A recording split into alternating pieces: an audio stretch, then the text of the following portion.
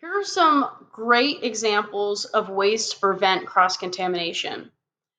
One good example is to separate equipment, okay? Use separate equipment for raw and ready-to-eat food. So a great practice to do in your restaurant would be having different colored cutting boards. Maybe yellow cutting boards can be for chicken, red cutting boards can be for beef, and then green cutting boards could be for produce. White cutting boards could be for ready-to-eat foods. Okay.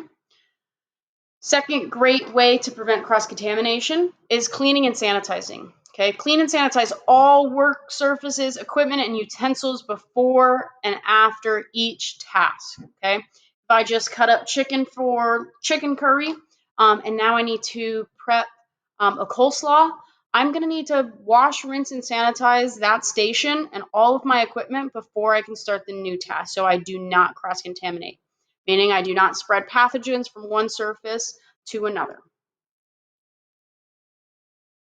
Another great way for preventing cross-contamination is prepping raw foods and ready-to-eat foods at different times. Okay, if you're using the same prep table, prep raw meat, fish, and poultry at different times than the ready-to-eat foods.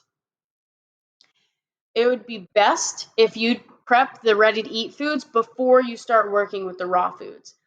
Let's say you have a shift where you have to make salad and you need to cut up chicken. Okay, the best procedure would be to cut up the lettuce and get all of the ingredients ready for the salad first, and then work on cutting the chicken.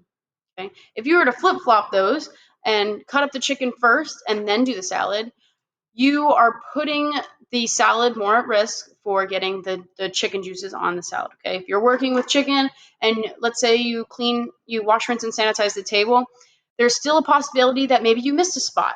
Okay, and then you work with salad on that prep table, and those raw chicken juices will get onto the salad and possibly make somebody sick. Okay, just keeping uh, raw food and ready-to-eat food as separate the best you can.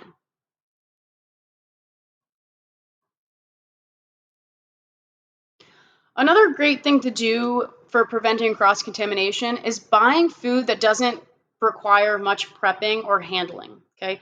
The less you handle the food, the less risk it is to putting pathogens onto the product. So let's say your restaurant makes coleslaw.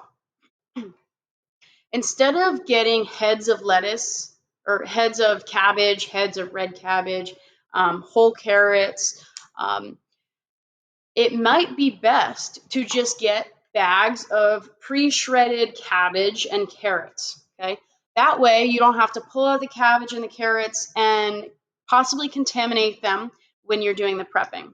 Okay, so getting foods that are already prepared lowers the risk of your employees exposing them to pathogens.